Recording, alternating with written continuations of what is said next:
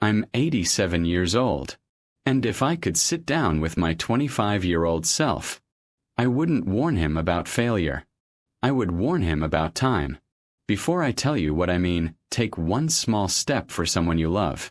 Like this video. Subscribe to this channel. Share it with someone in their 20s, 30s, or even 40s. Because some lessons are painful to learn late, but powerful to learn early. This isn't about regret. It's about awareness. And it's about how, even at 60, 70, or 80, we can still correct course. Lesson 1: time is more valuable than money. At 25, I chased money like it was oxygen. Every decision I made was about earning more, climbing higher, getting ahead faster. I told myself I was being responsible, ambitious, practical. I believed wealth would create peace, that once I made it, I would finally relax, finally breathe. But here's what I didn't understand back then. Money compounds. Time doesn't. You can lose money and earn it back. You can rebuild investments. You can recover from financial mistakes. But you cannot earn back a missed decade with your children. You cannot reinvest your 30-year-old knees. You cannot compound sunsets you never paused to watch. Behavioral research from Harvard University shows something fascinating. Human beings consistently underestimate the long-term value of time. We discount the future. We assume there will always be more later. There isn't. Later arrives faster than you think. At 87, I don't remember the overtime hours. I remember the birthdays I almost missed, the vacations I postponed, the conversations I rushed because I had something more important to do. And the painful truth? Most of those important things didn't matter 10 years later. So here's the correction. And it works at 27, 47, or 77. Schedule experiences, not just work. Put meaningful moments on your calendar the same way you schedule meetings. Because if it's not scheduled, it's sacrificed. Protect your health like it's your most valuable asset. Because it is. Treat sleep, movement, and peace of mind as investments, not luxuries. And stop trading long-term vitality for short-term income. Ambition is powerful. But unchecked ambition quietly steals what it promises to protect. Money compounds quietly. Time disappears quietly. Choose wisely. Lesson 2: health is quiet until it isn't. At 25, my body was silent. It didn't complain. It didn't warn me. It didn't demand attention. I could sleep 5 hours and feel invincible. I could eat anything and assume it didn't matter. I could ignore small aches and believe they would always disappear. Silence can be deceptive. Because at 67, my body began speaking. Not loudly at first. Just small whispers, stiffness in the morning, slower recovery, fatigue that lingered. Then clearer signals. Blood pressure creeping up, joints resisting movement, sleep becoming fragile. The truth is this. Most chronic conditions don't appear overnight. They accumulate quietly. The National Institute on Aging confirms that many age-related conditions, cardiovascular disease, metabolic changes, joint degeneration, build silently over decades. You don't feel the damage while it's forming. You feel it when it has already formed. At 25, I thought health was permanent. At 67, I realized health is rented. And the rent is due daily. Here's the correction. And it works no matter your age.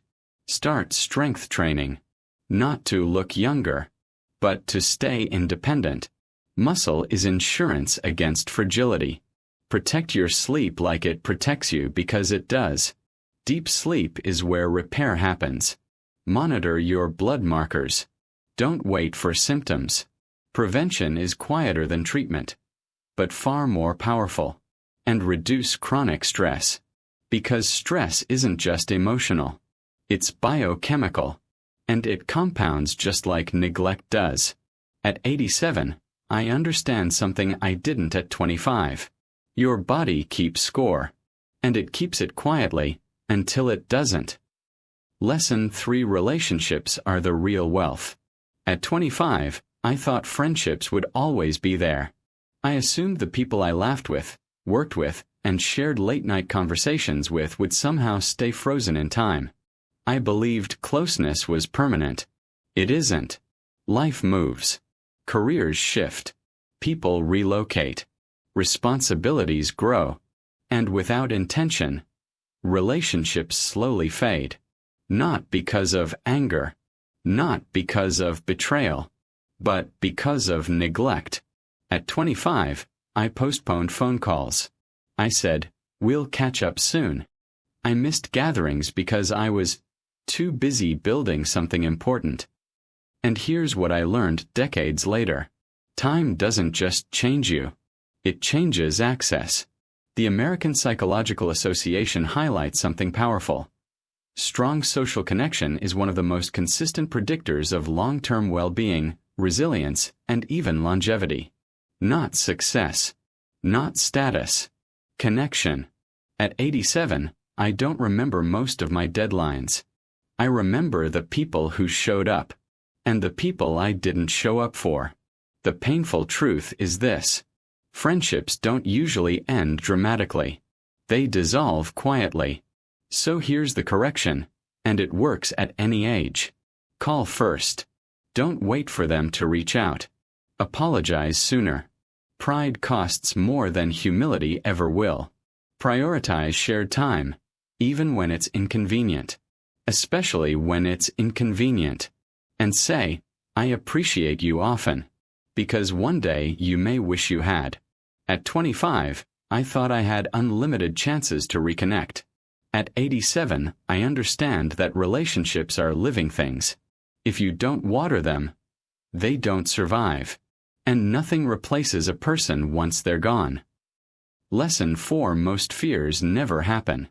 I wasted years worrying about things that never came. At 25, my mind was always busy. Not with action, but with fear. What if I fail? What if they judge me? What if I'm not ready? What if this ruins everything? I replayed worst-case scenarios that felt vivid and real. Conversations that hadn't happened yet. Embarrassments that existed only in my imagination. And because those fears felt real, I hesitated. I stayed quiet when I should have spoken. I delayed ideas that could have changed my life. I chose safety over growth more times than I can count. What I didn't know then is something cognitive science now confirms. Human beings are wired to overestimate negative outcomes. Our brains are designed to detect threat, even when the threat is imaginary. We magnify the risk of embarrassment. We exaggerate the pain of failure. We underestimate our ability to recover. Most of the things I worried about, they never happened. And the few that did, they passed faster than my fear ever predicted. At 87, I can see it clearly. The greatest cost wasn't failure. It was hesitation. So here's the correction, and it works at any age. Take more risks. Not reckless ones, but meaningful ones. Speak up. Your voice matters more than your fear suggests. Launch the idea. Start before you feel ready. And stop waiting for perfect timing. Perfect timing is just fear wearing a polite disguise. At 25, I thought I had to be certain before I acted. At 87, I understand something different. Clarity often comes after courage, not before it. And most of the doors you're afraid to knock on? They're not locked. They're just waiting. Lesson 5: your identity is not your job. When I retired, I didn't know who I was. For over 40 years, I had an answer ready whenever someone asked. So, what do you do? My job wasn't just how I earned money. It was how I introduced myself. It was how I measured my worth.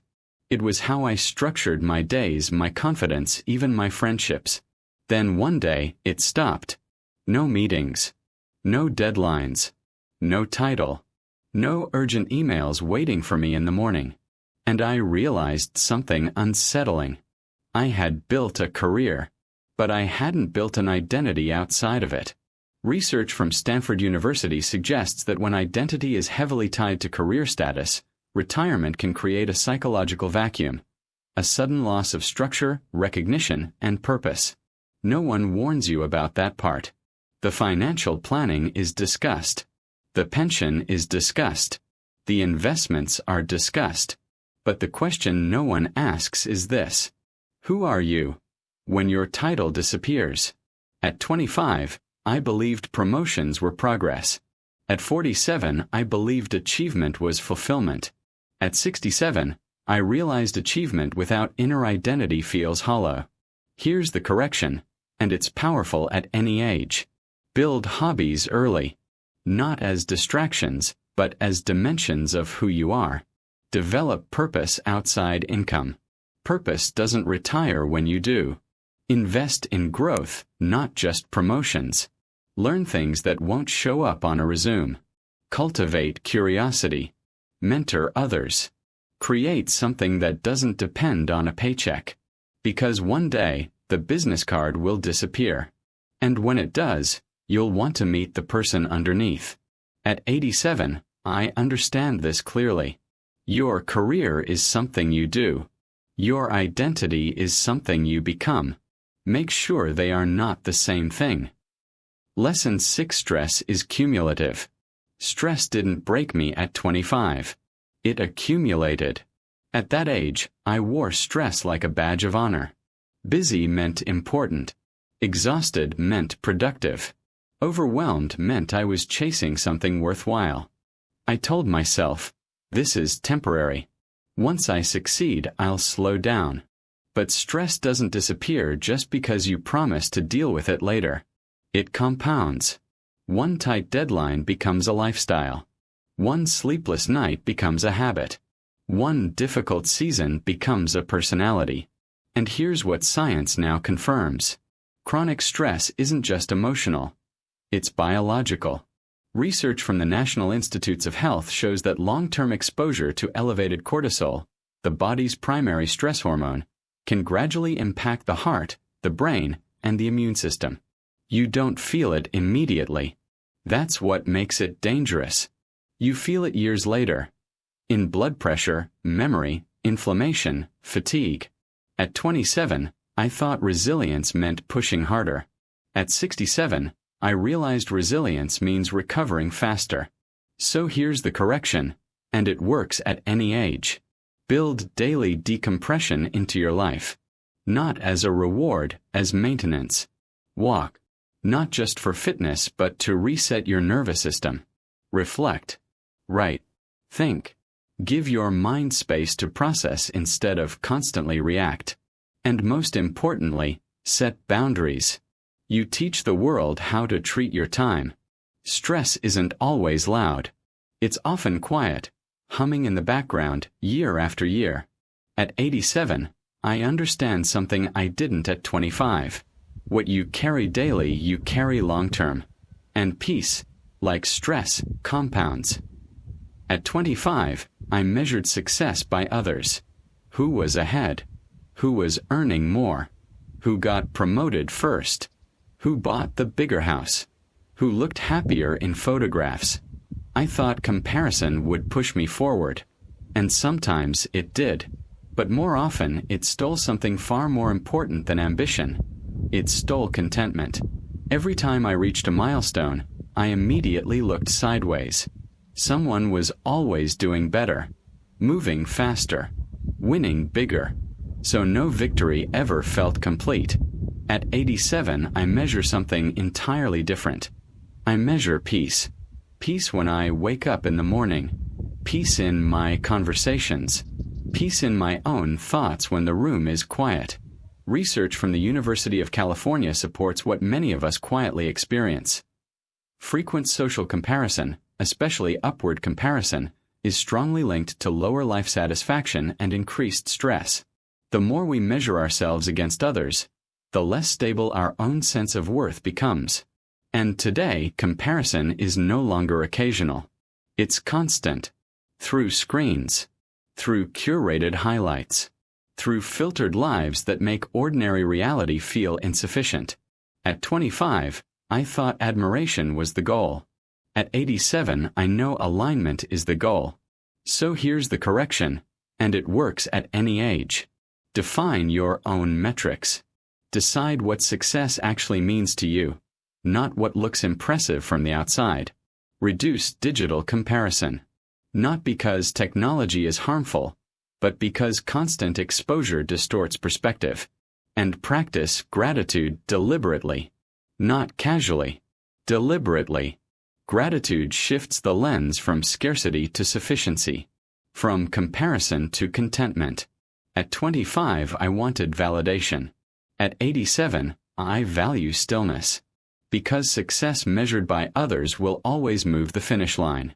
But peace measured within stays. Lesson 8: It's never too late to change. At 60, I thought it was too late. Too late to change careers. Too late to repair old friendships. Too late to get back in shape. Too late to learn something completely new. I told myself, this is just how life is now. I mistook comfort for permanence. But something shifted at 70. I tried something small, something I had postponed for decades. I enrolled in a class.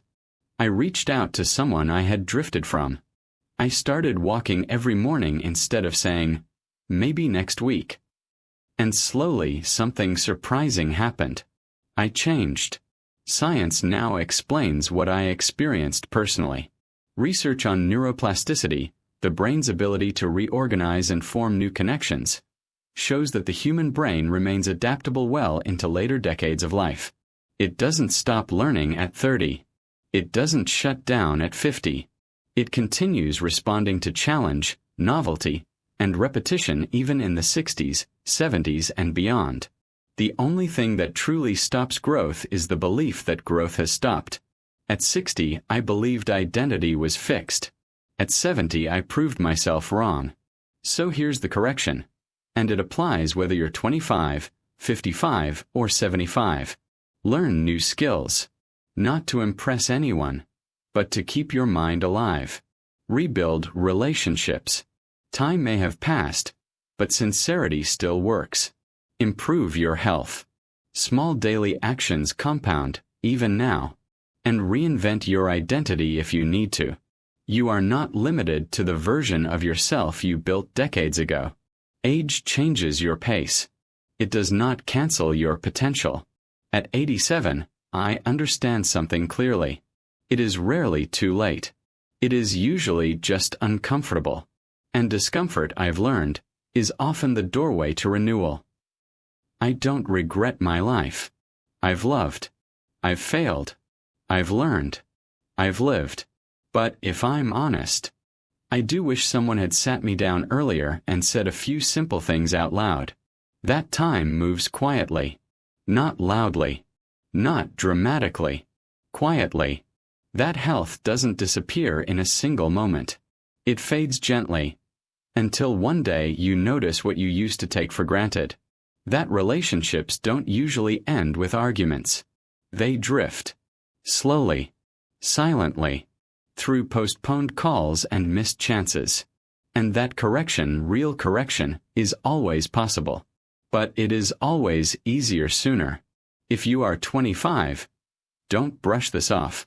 You feel invincible now. I did too. If you are 55, please understand, you still have time to adjust direction. And if you are 75, begin anyway. Small changes still matter. Small efforts still ripple. I'm not asking you to live in fear. I'm asking you to live awake. If this message touched something in you, like this video, subscribe for conversations that help us grow wiser, not just older. And share it with someone who still believes they have unlimited time. Because in a way, we all do. Until we don't.